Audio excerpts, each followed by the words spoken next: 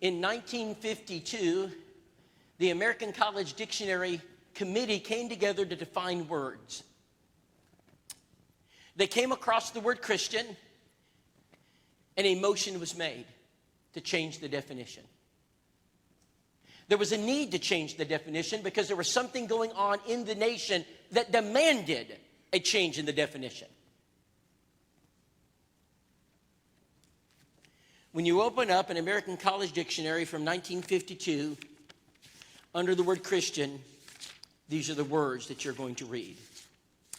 A follower of Jesus Christ. A disciple of Christ. Believing to or pertaining to the religion of Jesus Christ. One who exemplifies in his life the teachings of Christ.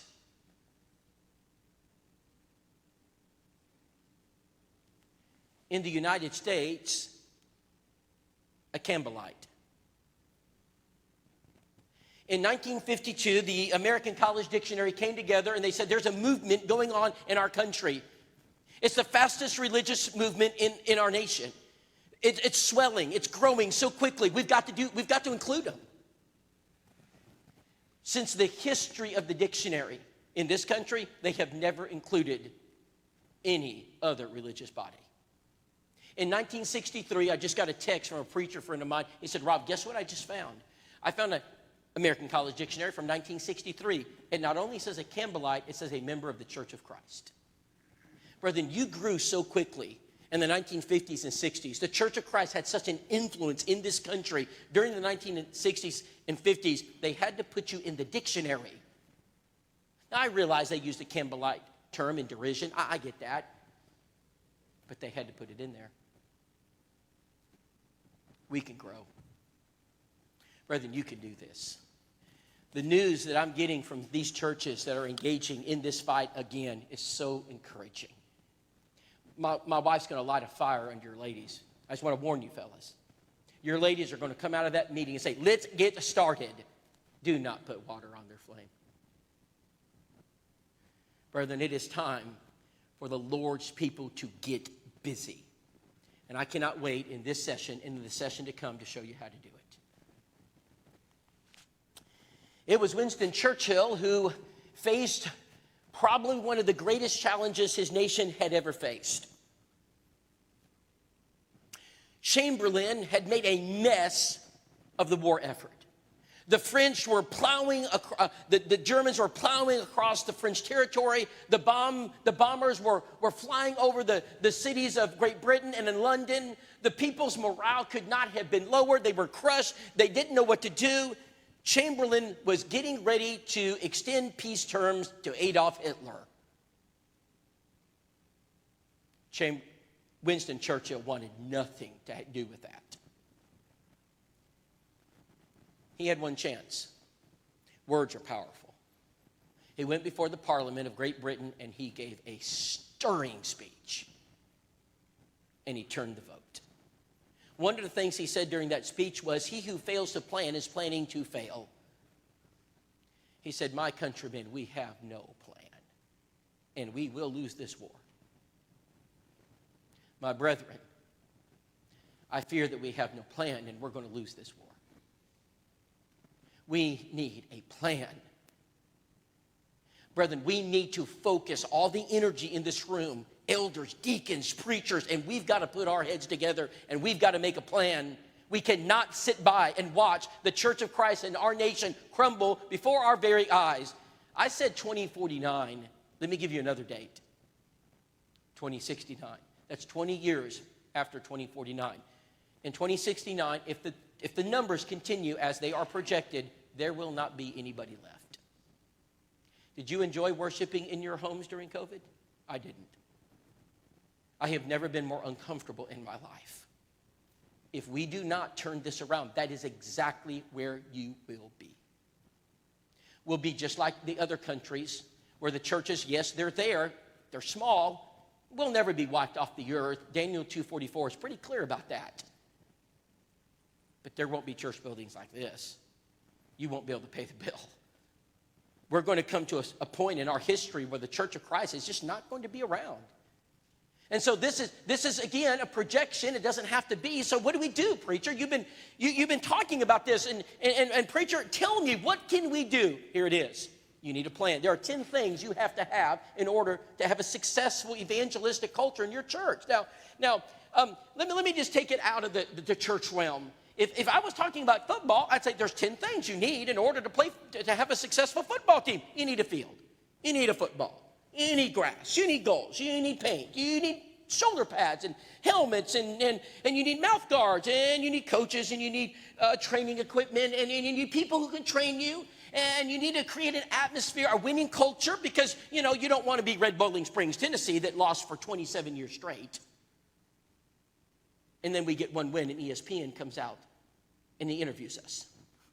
I was there when that happened. All right, that's got a losing culture. But we would know. I mean, let's just take it to the military. If you want to have a successful military, what do you need? Well, you got to have tanks and planes and soldiers and equipment and boots and guns and ammunition, and you got to have training, boot camp, and you got to have materials and equipment. We get it. So what do you need? What do you need in order for the Church of Christ to succeed in her mission and evangelize? Brethren, you can do this. We do it in the military. We do it in football. You do it at your work. You do it in your family. We can do it tonight. Let's start. Number one, you need equipment. You must have the equipment to do the job. You have to have Bibles. We need Bibles for people to use in Bible studies. If people don't have Bibles, they can't do Bible studies. It's amazing how many people don't have Bibles. I'm not talking about the pew Bibles. World Bible School, you may want to make a note, they put out a Bible. You can go to Christian Family Bookstore. They got Bibles. You can go to Mars Hill. Get Bibles. I would suggest using something like the New King James Version. Back to the Bible is written in the King James, but the New King James is a little easier to understand at times. But you need to have Bibles for people to use in Bible study. Well, what about Back to the Bible? Do you have a tool? Do you have a product? We talked about Back to the Bible. The reason I like Back to the Bible is because we got about a 90% conversion rate with Back to the Bible. That's why I like it. In 3 studies, I pretty much know what they're going to do. Since I've been in Jacksonville, there have been 2 times the person has not obeyed the gospel. Mary Prater, and I've not given up on her. Keith Ritchie just sent me a text. He's studying with her right now. Pray for Mary Prater. She's a Baptist, and she's close. And so I can't wait to read this text. Keith, I just saw Mary Prater come up on my phone. And then there's another young man I was studying with. That's only twice. When I sit down with somebody and use Back to the Bible, it's amazing. Doesn't matter. Very high rate of success. You need tools. The members cannot do Bible studies if they do not have tools. Carpenters cannot do carpentry without tools. Mechanics can't do mechanic work without tools. And I have a sneaky suspicion that we have all the tools we need for our fellowship hall. We have coffee pots, coffee makers, coffee grinds, coffee cups, coffee stirs, coffee creamer. We have coffee. Well, we have the coffee. And we have refrigerators and microwave and ovens. And we have tables and chairs. And we have glue sticks and glue and scissors and paper. And we have everything we need to open a school and a soup kitchen. We're fully equipped. We need these things. We need the things that are necessary to do evangelism. And so when someone comes up and says, listen, Ricky, I want to do a Bible study. I need some material. I need some equipment. We don't send them to the preacher's office. We don't send them to the library. We don't go out and dig through a filing cabinet to find it. We need to make sure our churches and our armies are well equipped to evangelize. They need the equipment that visitors can be prospected with. My wife is teaching your ladies how to do that right now. It is good stuff. We need equipment to prospect new movers into our community. We'll talk about that. We need materials that are necessary to train the church how to do it, and we're going to talk about those. But number one is not hard. It's just get the stuff. I have a sneaky suspicion if the refrigerator went out in our fellowship hall and one of the ladies said, now listen, our refrigerator is out. We need to replace it. There wouldn't be a board meeting in order to figure out that we need to get we just go get it. We need to make sure we have the equipment to do the job. That's number one. Now, I was visiting a church, and I don't want to name it, and this elder's a good man. I love him. And I went to that congregation, and so I was early. It was just him and I. And I looked at him. I said, hey, brother, I said, I want you to pretend I'm a church member. He said, all right, Rob. I said, I want to do a personal Bible study with my neighbor. Where's the equipment? Oh. Rob, we knew you were coming, so we got prepared. He said, well, just follow me. So I followed him down this long hallway. And we got to the end of the hallway. We turned on the lights. And he said, Rob, they're in here. And then we tried to open the door. It was locked. So he got the ring of keys out. We went through all the keys. We finally opened the door. We got into the room. We looked in the back of the room. And he said, Rob, it's in the locker. Of course, it was locked. So we got to the locker. We couldn't get into it. We finally unlocked the locker. And he reached up to the top of the shelf. And he brought out a stack of Back to the Bible. He says, Rob, we were prepared. I said, brother, I want to know why the tool that's necessary to win sinners to Christ is locked in a room and locked in a locker. He said, oh, we were afraid the members might get them. Are you kidding? Brother, don't we want them to get them? Why are we hiding them in a locker? So job number one, get the tools to do the job. It's real simple. One of my preacher friends says, Rob, I looked over your strategy. He says, it's not very complex. I said, no, it's not. I said, number two, place them out there where people can get them. Allow people to have access to them. Put them out there in the foyer. In fact, here's what I'd recommend. Get yourself an evangelism table. Get a nice skirt that says something about the Wood Avenue Church of Christ and place the materials on the table that are necessary to do Bible studies. Place the door hangers that are necessary for door knocking. Place the Back to the Bible. Doesn't matter. Believe the Bible. The DVDs, the SKU codes. Get the stuff needed for visitors. Get the stuff that's needed, the bookmarks. Get the contact card. Get everything ready. Get the box ready to collect the names. Brethren, get it out there where the people can get to it. Do not hide it in a filing cabinet. It's not going to be effective if the members have no access to it. Now, I did this seminar early on. Two preachers told me this. Similar stories, but I'll tell you one of them. He said, Rob, the first thing I did was I got all the materials, I put them on the table, and I was going to preach a sermon on the materials like I was supposed to. He says, and I got everything set up, and it looked really nice. He said, I went out there to look at the materials, and they were all gone. I said, brethren, that's wonderful. The church members were hungry. He said, oh, no, Rob. He said, no, Rob, you're so positive. He said, Rob, no, I went back and I restocked it, A couple of days later, I went back and all the materials were gone again. I had a sneaky suspicion what was going on. So I called one of the leaders. I said, brother, I've been putting this evangelism material. We had the seminar. We're supposed to do this. This is step one. And he said, where is it going? He said, now, David, he said, that table is the gaudiest looking thing. When we built this $3 million facility, we put out, we had approved items only go in the foyer. Now, one of the ladies saw that gaudy looking thing you put out there. That is not an approved item. So we don't want to cause a fuss in this church. So what we did is we took all that evangelism material, which is important, and we put it in the coat closet so no one would get offended. I said, you're kidding me. He said, no. I said, okay, help me, David. Help. He said, but Rob, I kept my cool. He said, I got in the pulpit and I preached on the evangelism material in the coat closet. It's a big coat closet. He said, and I said, brethren, go get the material. It's a $3 million facility, brethren. It's a big coat closet. He said, go get the material, brethren. Go get the material. He said, back to the Bible, we're ready. And so I finished the sermon. I walked back, stood by the coat closet. Guess how many people walked in to get the material? Brethren, if we cannot put evangelistic material in our foyers, I suggest we sell our buildings and go home. We're the Church of Christ. We are not the Rotary Club. This church we are an army of soul winners. Equip your members. Give them the materials to do the job. Put it out there where they'd have to trip over them to get out of this church building. Get yourself an evangelism table. Let the members know that you are all in. And you will give them whatever they need if they'll do those Bible studies. It works. It works. Number three, once you get the members the materials, you got to train them how to use them. A DeWalt drill in the hands of a carpenter is a masterpiece. A DeWalt drill in the hands of me is a deadly weapon. I don't know what to do with it. I am not a carpenter. So technicians must be trained to use the equipment. Are you a technician? I don't know. A mechanic? Are you a carpenter? Do you have a wood shop? But you don't just turn a preacher loose in a wood shop. Not a good idea. All right? So you're going to train the preacher how to use all the various equipments because training is important. Safety first. You get trained at work. They don't just give you the forklift. No, they train you how to use the forklift.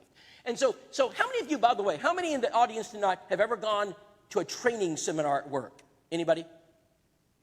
How many of you have been even flown, maybe even to another city or country, because they want to make sure you know exactly how to run their equipment?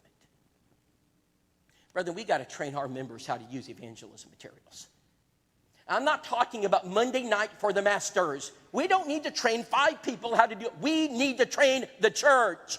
Every church member needs to be trained how to do a Bible study. So one of the big differences in what we offer in our school, one of the big differences that preachers tell me, they said, Rob, you're teaching congregational evangelism. You got it. I'm not just teaching 5 people how to do it. We're teaching a whole church how to do it. Now, I'm realistic. I know that not everyone's going to do a Bible study, but everybody needs to go to boot camp. We all need to be on the same page. We all need to know where we're going. And so we've got to put the material in the hands of the members, and we've got to train them how to do it. If we don't do that, no one's going to be on the same page. We got to do that, brethren. You got to train them how to use the material. Train them how to use Back to the Bible. Train them how to use Does It Matter. Train them how to use Believe the Bible. Do not shortcut yourself. Well, we'll do it on Monday night. Anybody who wants to come, I don't know if you've noticed tonight, this is not a good night to do it. Monday night would not be, you need to do it on Sunday morning. When you have 150, 60 people sitting in the pews, you pass it out and you train everybody. If you can't preach Back to the Bible, you can't preach anything. I mean, Back to the Bible is about as fundamental as you can get, isn't it, Adam? If you can't teach the things in Back to the Bible. I had one eldership tell me, Rob, we've got a serious problem in our church. I said, what's the problem? He says, our preacher won't preach Back to the Bible. I said, fire him. If a preacher cannot preach Back to the Bible, he does not belong in your pulpit. The reason he wouldn't preach it is because he didn't believe it.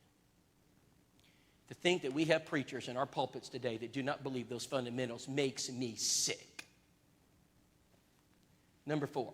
We got it now, as we have provided the materials, we have put it out there for people to get it, we have trained everybody how to start using it.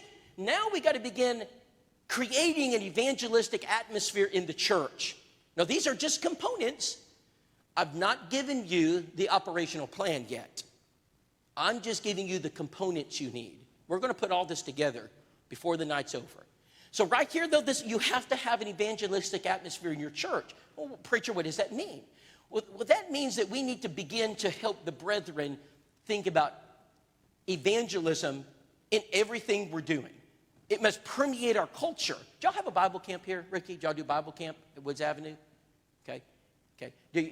How many of you have been to a Bible camp? Raise your hand. I love Bible camp. I got a suggestion. I'm going to give you an example of what this looks like. Instead of going to Bible camp and studying the book of Ecclesiastes, I have no problem with Ecclesiastes. Good book. Why don't we pass out Back to the Bible to every single camper and teach those young people how to do Bible studies and raise up an army of soul winners? And let them do mock Bible studies on the stage. Novel idea, isn't it? Or we can keep teaching the book of Corinthians. Why don't we train our young people how to be evangelists? If you don't train them, they won't be. I could literally spend hours on this. I'm not going to, but I'm going to make sure you get it all. Let me give you another one. Why don't we turn our benevolent work in the church to an evangelistic force? Now, a lot of churches do benevolence. We have pantry boxes, vouchers, teacher supply, turkey giveaways, winter coats, backpack drives, even entire benevolent buildings. For many churches, benevolence is an albatross around the neck. It's just a pain in the neck. And they call you and they want money and you don't know if they're ripping you off or not, and it just takes your time. And I said several years ago, I said, well, why don't we do what Jesus did? Why don't we use benevolence to reach their souls? Now, when Jesus reached poor people, he helped them, but he preached to them. When Jesus met people in need, he helped them, but he preached to them. And Jesus said something very interesting about the poor. It's not to be taken lightly. Jesus said, "Now, you need to know the poor will always be with you. Tomorrow they will be hungry again. I did not come to solve world poverty. That's not where I came. I came to seek and save the lost." So the Church of Christ needs to begin to understand that benevolence is not some separate work of the church. It is woven into the fabric of evangelism. Let me share with you just very quickly how that might look at the local level. Hello? Yes, this is Ricky Berger. Yes, sir. Yes, sir. I'm going to role play just for a second, Ricky. I promise I'm not. Yes. Oh, yes, we pay light bills. Oh, yes, we pay car payments. Yes, we make mortgages. Yes, we give out food. Oh, yes, we help with that too. I never say no. I don't know what no means. Oh, man, well, I've been looking for this church. I know you have. When do you do this? Oh, we do it every Sunday morning at 9:30. Is that when your Bible class starts? When does it start? We do it every Sunday morning at 9 o'clock. We can't wait to see you. Well, I don't know if I can make it on Sunday. Oh, it's okay. We do it on Sunday night at 6 o'clock too. Oh, I can't make it. Well, we do it on Wednesday night at 7 o'clock. I cannot wait to watch you walk through the doors. I don't have a car. No problem. We have a car and we'll come pick you up. I'm going to take benevolence and make it an evangelistic tool. Now, we've done this. This is exactly what we do. So they're going to come on Sunday morning, and they're going to say, "I'm here to see Ricky." Yes, Ricky, you told me you would help. Oh, yes. Brother, what's your name again? What is it? John? John, would you go grab a set of Back to the Bibles off the evangelism table? They need to go to room 1. They need a Bible study. We do Bible studies when people ask for help. They're going to do a Bible study. And by the way, the charlatans won't do a Bible study. It's too easy. They just go to the next church. Because the next church down the road is going to be more than happy to pay off their mortgage or whatever it is they want. All right? So we're going to do Bible study. Now, when the Bible study is concluded, Brother John, you might say, now, to the elders, this man here completed a Bible study, book 1. He needs a little help. Y'all can determine what that looks like. And I'm sure you'll help him. I don't know about you. I'm pretty comfortable helping people who want to study the Bible. We have to turn everything we do towards soul winning. I was taught there were 3 works of the church. You were taught that too. We were all taught that. I'm not so sure that there's just one work. And the work is to save souls. And we'll use benevolence to do it. And we'll use edification to do it. But everything's about saving souls. Everything is about helping people go to heaven. Benevolence is some separate work of the church so we can solve world hunger. We don't exist to solve world hunger. You're not even going to solve hunger in Florence, Alabama. But what you can give them is bread where they will hunger no more. And you can give them water where they will thirst not again. We must create an evangelistic atmosphere in our churches. Now, this right here is the bread and butter. This is the bullseye. This right here is the most important part of this entire process. You must establish a target.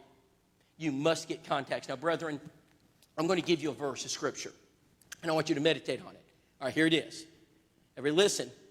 Many are called, few are chosen. Let me say it again. Many are called, few are chosen. Think about that verse. It's very deep. It is. Jesus said, many are called, few are chosen. Walmart understands that very well.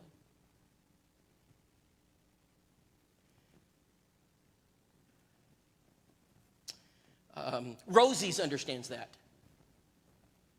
Rosie's knows that Rosie's needs many.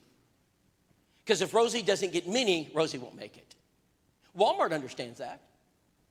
Hallmark understands that. See, what they understand is that you need many. You have to have many. Without many, you're not going to make it. Jesus said, many are called. You need many. Many need to be called. You got to get that advertised. You got to get out there. You got to have lots of contacts. During Heritage, one of the students raised said, Mr. Rob, I got a question. In the last 2 hours, you spent 90% of your time talking about contacts. That's exactly right. Because if we don't get this right, nothing else we do matters. Brethren, you need contacts.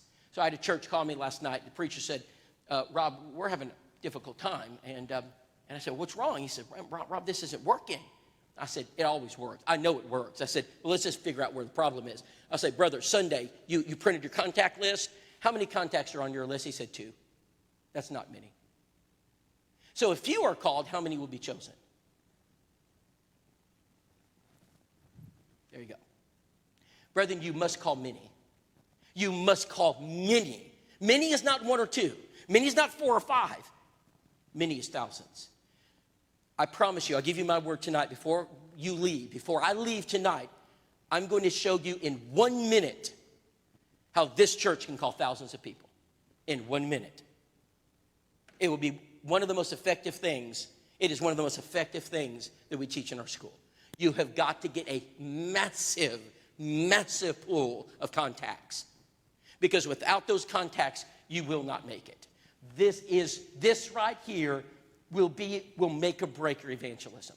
Because if you're just working with 1 or 2 people, you're not going to get the few.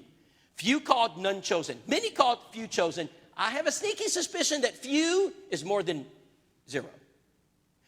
When few are called, that's got to be more than 1 or 2 baptisms a year. In Florence, Alabama, if you're calling 5,000 people, if you're using 5,000 as your contact stage, what's a few from 5,000? I don't know, but it's got to be more than 1 or 2 baptisms. So let me give you just a few ways to without giving away my golden ticket, which I will give away. I'm not going to give that away just yet. Let me give you a few other ways to get contacts, all right? If you properly use house to house, heart to heart, you will get contacts. But our problem is that most people don't properly use it. So let me give you some examples. I went to an eldership once, and I had their house to house sitting there, and I said, I'm going to call you guys. Oh, there's no phone number. That's an improper way of using it. So how many of you have a business card with no phone number? Okay, so that's not going to work. Then I said, let me see your house-to-house heart. Let me go ahead and call that numbers. The office is open Tuesday and Thursdays from 8 to 2. I'll call the Baptist church. They'll help me. No, that's not. When you call somebody, what should you get on the other end? A human being. That's right. How do you get a human being? You put their phone number on it. Like when I was at Willette, my mobile number was on that house-to-house, heart-to-heart. So when they called, they got me. I don't care what time it is. Get me. I want you to call me, and I'm going to answer it. Now, I know that means that I'm going to get some telemarketers at times. I understand the frustration, but I want them to get me because I know that's vital that they get me. I'm just giving you some examples as I go through the process. So then let me give you I'll give you some guaranteed baptism words you can put on house to house. These are guarantee you a baptism. You say, Rob, are you sure you want to do this? Absolutely. If you write this on your house to house, I will guarantee a baptism. Here it is. Ready? You want to write this down? It's going to give you a baptism. Put this down on your free services. Put free transportation to the building. Every year I've been at Jacksonville, we baptize at least one person because they called and said, I need a ride to church. There's a widow ladies that live around your community, and they don't have cars. They don't drive at night, and they're going to call and say, can you give me a ride to church? Of course you can, right? And by the way, as soon as a widow lady in town comes to your church in a car, what are the odds that she's going to be baptized? Pretty high, all right? Because if you follow this to the end, that's exactly where you're going. Let me give you a second one. All right, here's the second one, free community services. Free community service. Why didn't I use the word benevolence? Because the people out here do not know what that word means. But the sinner knows what the word free community service is. I believe you me, they understand that language. And they'll call you. And you want them to call you. See, benevolence does not bother me anymore. I love benevolence because I know when I get a benevolent phone call what I'm going to do. I have a plan. I'm going to get him to the church building, and then Brother John's going to do a Bible study. Be prepared. If you can't do a Bible study during Bible class, you have a serious problem. So if you use house to house correctly, and you advertise your church presence as you should, and you saturate an area as you're supposed to, not once a year, that won't work. Our statistics tell us that if you just do it once a year, you're going to get almost no results. You got to saturate an area consistently for 2 years, and you just got to keep saturating it. You keep saturating where people begin to realize, oh, that's the Wood Avenue. Oh, that's the Wood Avenue church. That's the Wood Avenue church. And eventually, this is what you get. Eventually, you're going to get this. Remember them? This is Perry and Ellen. And let me tell you about how they became Christians. So I'm sitting in my pew. I'm done with the seminar. I look over my shoulder. There's this lady. Alan finishes preaching. I follow Alan down the aisle. Alan, who is that? She's about where you are. And Alan says, Rob, she's visiting this morning. I said, yes. So I walked over there before. We have a fan-shaped auditorium, and so I walked in. I got in behind her, and the closing prayer is said. She turns around, and there I am. Ma'am, are you visiting this morning? Yes, sir. My name's Rob Whitacre. I'm sorry, I'm one of the members here. Oh, nice to meet you. Are you from the community? Sure am. I said, ma'am, did you enjoy the service this morning? Oh, I did. I said, what'd you like about it? Well, that preacher of yours loves the Bible. Oh, he loves the Bible. He does. And I said, well, I'm glad you came. Are you by yourself? No. Well, my husband came with me, got sick. I had to take him home. But do you have an evening service? He needs to come hear this. We just so happen to have an evening service, 6 o'clock. Well, I'll just be back. I said, well, wonderful. I look forward to seeing you. And I said, my wife will be back tonight. She's off visiting her mother. So Nicole comes back. Service happens. There they sit. We walk over. I said, hey, Ellen, this is my wife, Nicole. Oh, that's my husband, Perry. Nice to meet you. We're just talking, getting to know them, telling me where they live. Hey, Perry, I said, how long have you lived here in Jacksonville? Oh, 30 years, 20, something like that, 3 years. Hey, Perry, what's your favorite restaurant in Jacksonville? Oh, it's a Fina's. I like a Fina's. I said, man, a Fina's is good. Hey, Perry, would you be my guest? Can I take you to Rob, that's a little expensive. I said, hey, my guest. I want to take you to a Fina's. Get to know you guys. Man, I'm never going to pass up a free meal at a Fina's. Not feeling good today, Rob. Can I take a rain check? I said, absolutely. I'll make reservations for. He said, next Sunday. We'll be back. We will be back. I said, great. So I made reservations. They come back. They sit through the service. We go to a Fina's. We sit around the table. I have one mission, and it's not the lasagna. I'm looking for an area of agreement. I'll pull it out of him. Hey, Perry. He said, tell me, do you like basketball? No. You like NFL football? Man, I don't. That's disrespectful. I said, I agree, Perry. Perry, what do you like? He said, go Alabama. Oh, no. Go Alabama. If I have to like Alabama football to get a Bible study, I'll like Alabama football, brother. This Texas boy will like anything to get a Bible study. I don't care. I have one mission. Boy, I tell you, Perry, old Nick Saban's a good coach.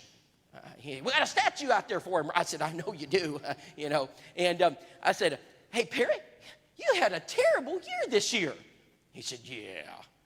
Y'all didn't make the championship game. That is a terrible year. LSU and Clemson. And, hey, Perry, do you know when I bought my house, something really neat happened? Let me tell you what happened. The guy that built my house built a theater in my bonus room. Did you ever come over to my house, Ricky? You weren't there long enough. And had a 7-speaker subwoofer, 140-inch screen. It's huge. I said, you have never watched a football game until you've watched it on my screen. Do you know what we're doing tomorrow? We're having a football party for the LSU Clemson game, Perry. What was that? That was my wife kicking me. She didn't know about it. And I said, we're having this football party, and you're invited to come over. Oh, well, that's wonderful. Honey, it's like a 5th grader. Can we go over to the Whitacres tomorrow night? And she said, well, yes, we can go over to the Whitacres. And so we're going. Nicole says, now, what are we going to be serving during this party? We're going to be serving those little wieners, honey, that with croissant rolls, pigs in a blanket, and sausage balls, and chips and dip, and cheese. I'll help, honey. Kids, vacuum. Jared, help Mom. Hannah, get in the kitchen. We have a Bible study coming. And that's all I want. But I got to get him in my house. So now we're watching the first half. It's a blowout. Halftime. Perry, can I ask you a question? Sure. Why Jacksonville? I mean, you could have gone to any church in this community. Why Jacksonville? 21 years ago, Rob, when we moved here, He said, y'all started sending us this publication. It's called House. We get it every month. I love it. I read it. Y'all follow the Bible, Rob. I said, we try. Rob, we're Methodists. Rob, I'm ashamed to say this, but we do not follow the Bible anymore. I said, Perry, do you know a lot about the Church of Christ? He says, very little. I said, may I, would it be okay if I talk to you about the Church of Christ? He said, sure.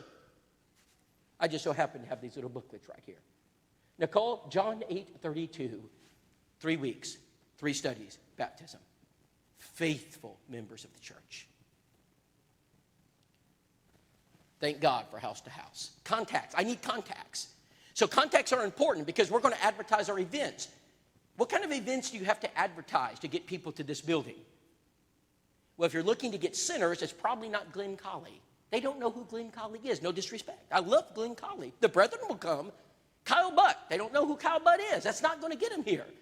Who's your target audience? Is it all the other Christians in the area? That's not your target audience. Who's your target audience? What brings people? Vacation Bible School.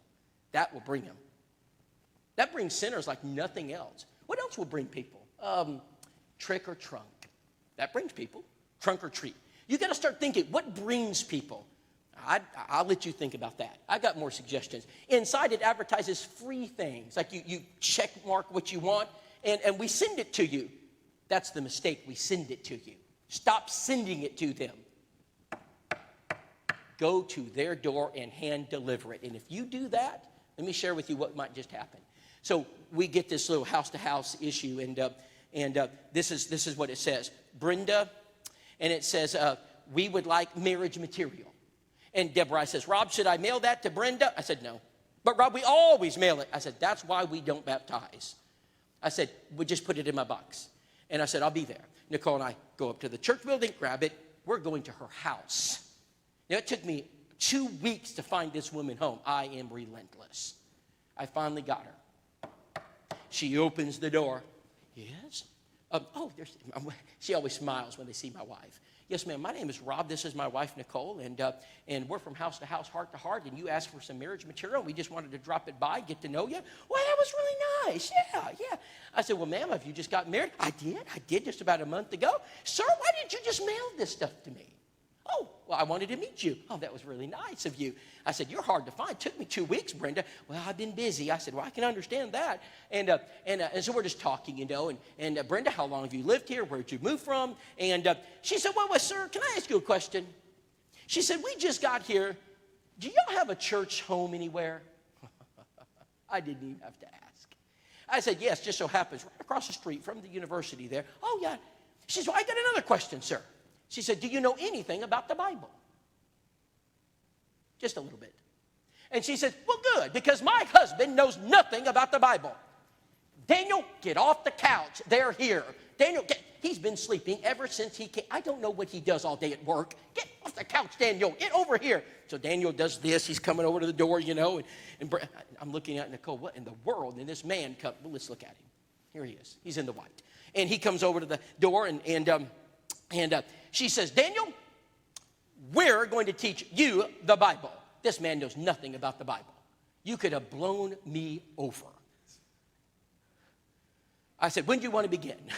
And she says, what about tomorrow? Nicole will make you cookies. You like cookies, Daniel? Oh, there'll be hot chocolate chip cookies. Oh, I love those. Always eat. And so we got her appointment. What happens when you do Bible studies?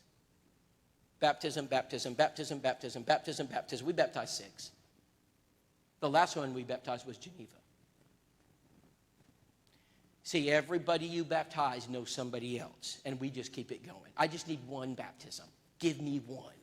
If you guys will give one baptism, you will start a fire, because that one will have 100 people standing by. Train them, get them ready. You got to create a target list. So one of the things we suggest at House to House is, I understand you can't send house to house to everybody in Florence, Alabama. It's not a good idea. You need to pick 1,000, 2,000 homes and just target that area. But your members, they know people that are not members of the church. I want their name and address. I want the name and address of every person you know that's not a member of the church. I want the name and address of every person you know that's not a member of the church in this area. And we will target them. We will send house to house right to their door. You know, why is that important? I'll tell you why that's important. Because I'm going to go up to you at work after I've sent it to you for about a year, and I'm going to say, hey, Tom, yes? Hey, I got this magazine right here. Hey, I get that in my mail. I said, yeah, I know, I subscribed to you for it. You did? Oh, yeah. It's House to House. Yeah, I like those articles in there. That one last week about marriage, we need that one. I need contacts, and we will create them. And you've got to be deliberate about this, but it works. We're going to teach you how to door knock. How many people have given up on door knocking? Almost everyone. Do you know why? Because the rate of return is negligible. You'll knock at 500 doors inviting them to your gospel meeting with Glenn Colley, and no one comes. And so what it does, and I'm not pick Glenn's a friend. So if I was going to go to a gospel meeting, I would go hear Glenn Colley. But they don't know Glenn Colley. They don't care that he's here. So they don't care that it's Dan Winkler. They don't care. All right? So it doesn't matter whose name is on the list. They're not coming, are they? It's a lot of energy, right? And yet you don't get a rate of return. Your rate of return is what? Like 0.0 something percent? It's a lot of work for that rate of return. Now, how about if I said this? You probably won't believe me, but I'm going to say it anyway. How about if I said we have discovered, American Mission Campaign, we have discovered a way for you to door knock and get a 34% success rate. Because that's what we got in American Mission Campaign. We got 34% success rate. You said, Rob, now, you can't get 34% in America. Now, you get 34% in Jamaica, but not America. Yes, you will. And so we've now duplicated this on multiple places. And here's one of the things you can do. I'm just going to give you one. There's four, but I'm going to give you one right now. Yeah, my name's Rob, my wife Nicole. We're Christians in your area. Yes. Ma'am, we understand it's been a tough year and people are needing prayer. So we're just Christians and we're praying for people. And do you know anybody right now that needs prayer? Maybe a family member, a friend. My dad is in the back room and he's got cancer. Would you mind praying for him? Absolutely not. What is your dad's name?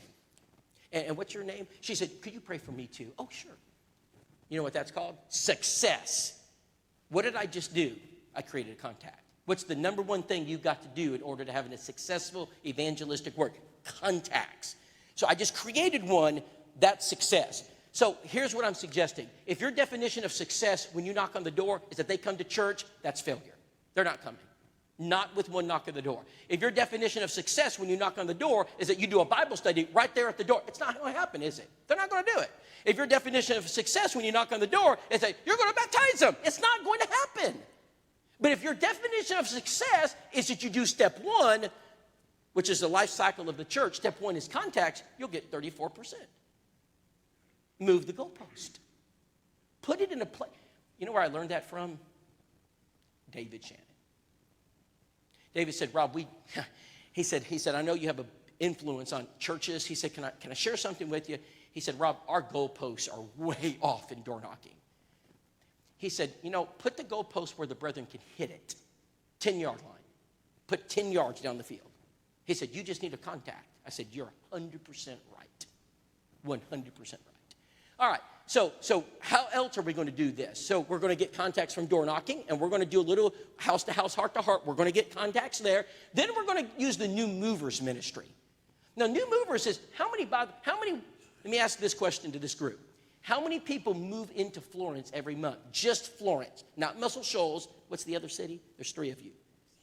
Sheffield, not Tuscumbia, just Florence every month. Want to guess? 68.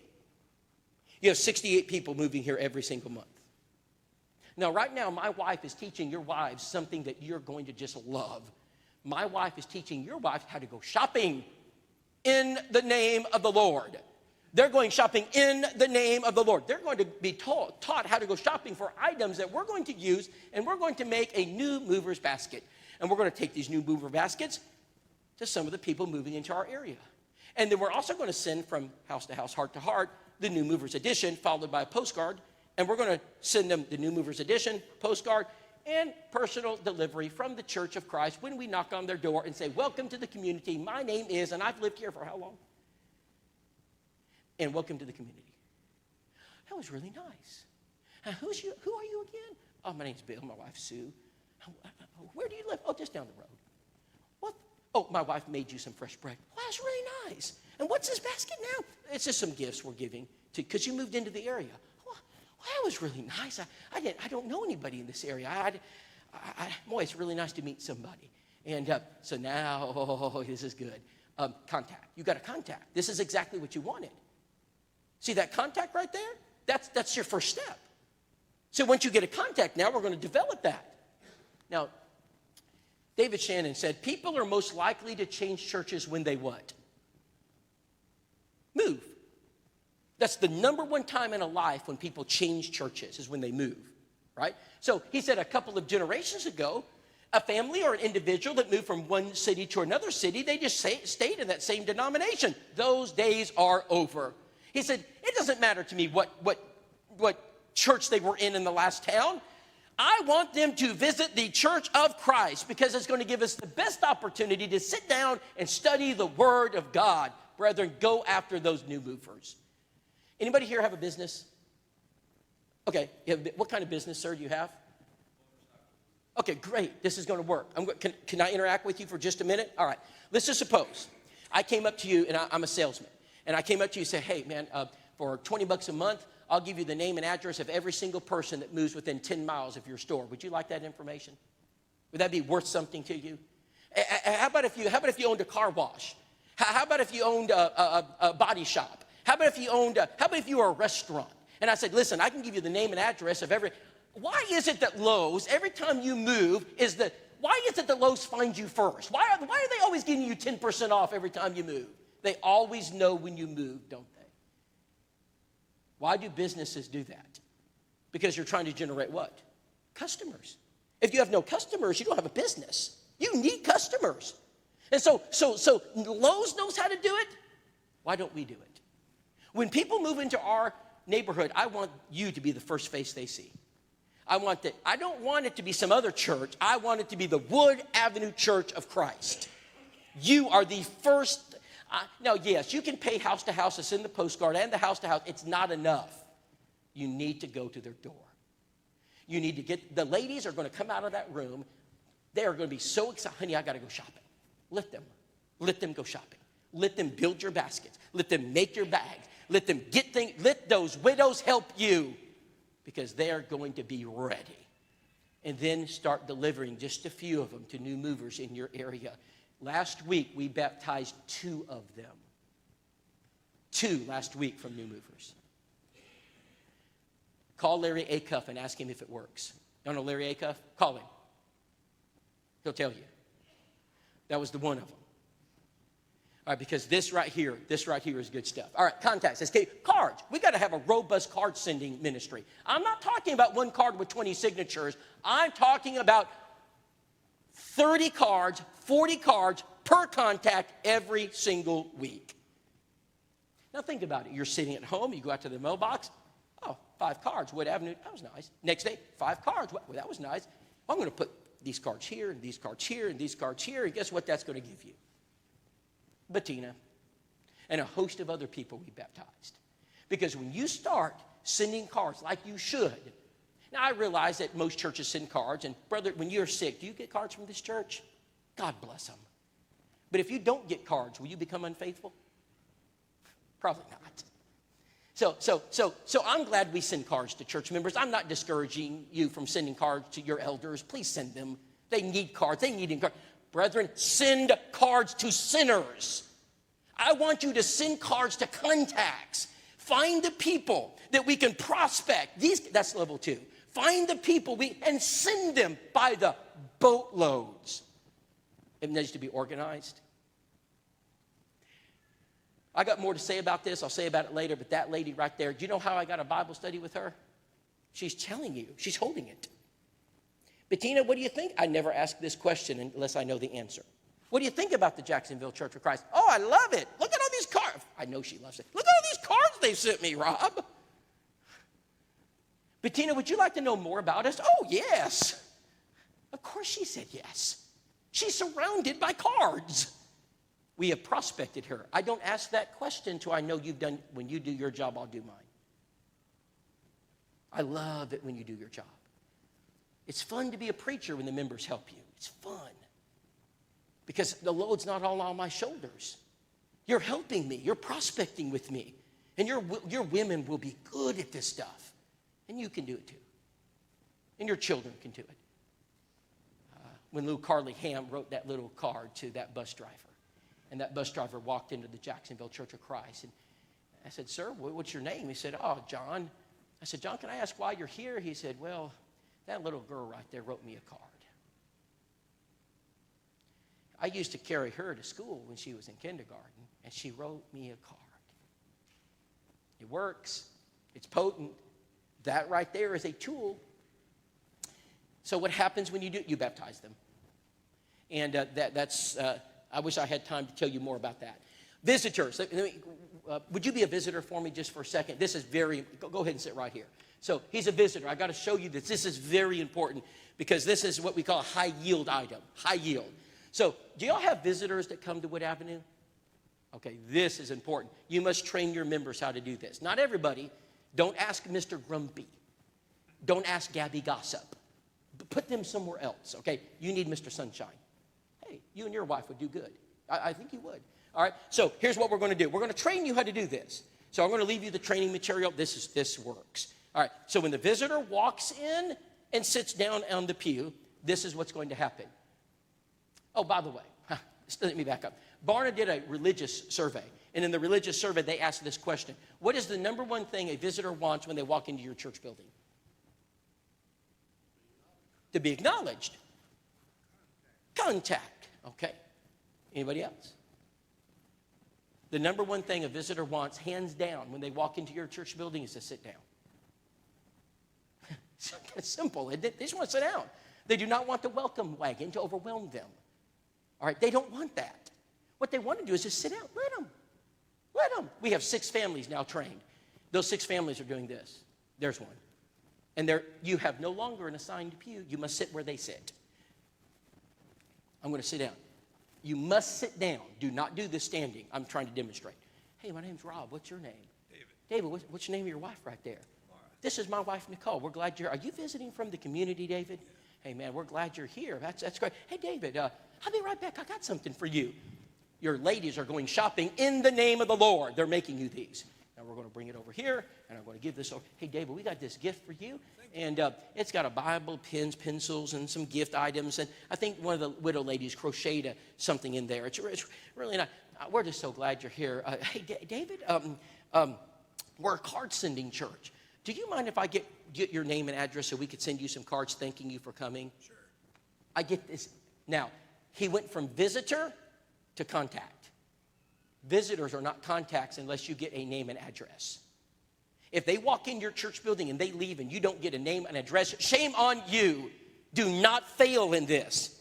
Do not fail, because this right here is very important. I want a name. If this is how you get addresses and names, please rethink it. If you're visiting me this morning, there's a card in the pew back in front of you. Would you fill that out? How many of them fill it out? How many of our visitors are going to do that? Half? Probably not. Fourth? Maybe not. They don't do it. Our members don't even fill those cards out.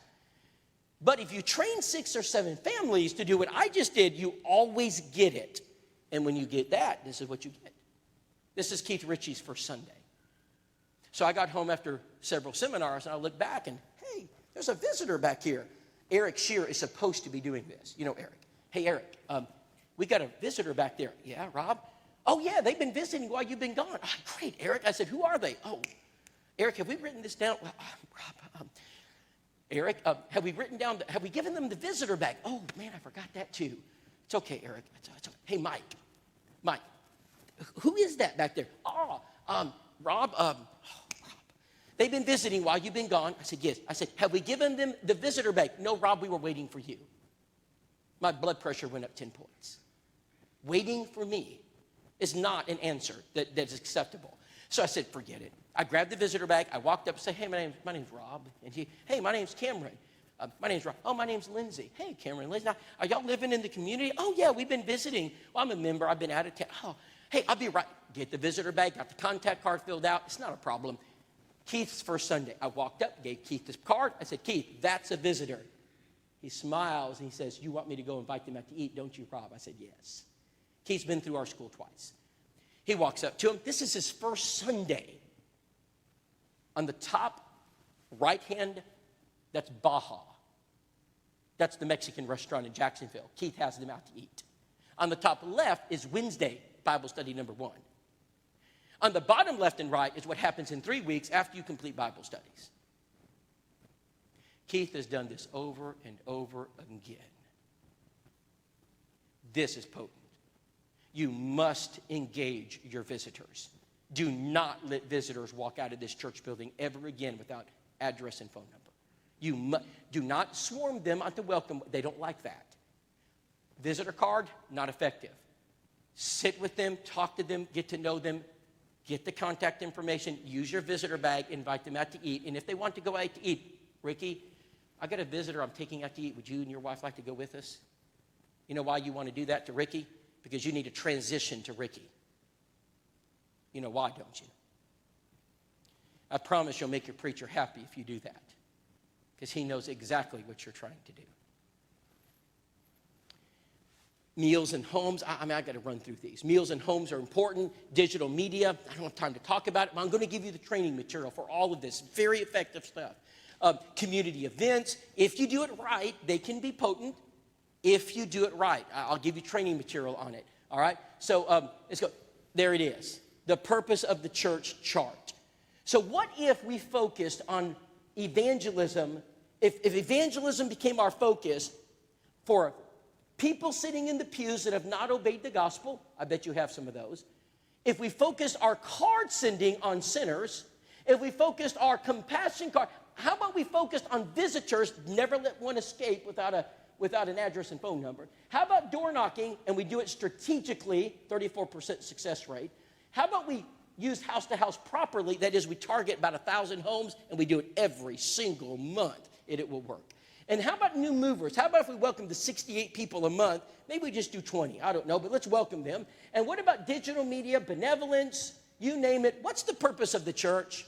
Ephesians chapter 3, verses 9 and 10, to this intent, and now unto principalities and powers in heavenly places, it might be made known the manifold wisdom of God, which is according to his eternal purpose. We're not the Lions Club. We're the church of Christ. Our mission is to reach sinners. Brethren, do your job. We can do this. I know you can do this. Thank you for being here tonight. I'm going to have to stop my presentation because I'm going to run out of time.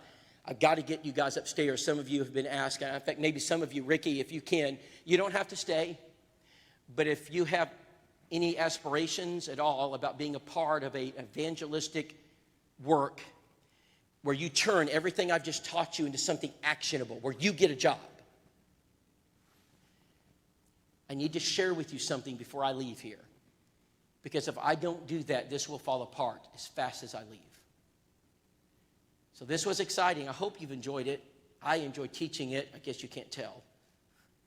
But what I just did over the last 3 days, 7 hours, is I took a fire hydrant, Ricky, and I turned it on high, and I said, go get a drink of water. It's not fair to you guys. You're still thirsty.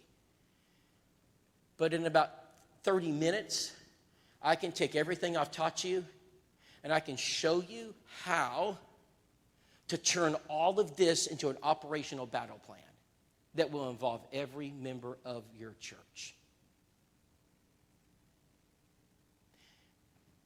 It'll be worth your while. But I understand some of you have to go. So, Ricky, if you have anything you want to say, that's fine.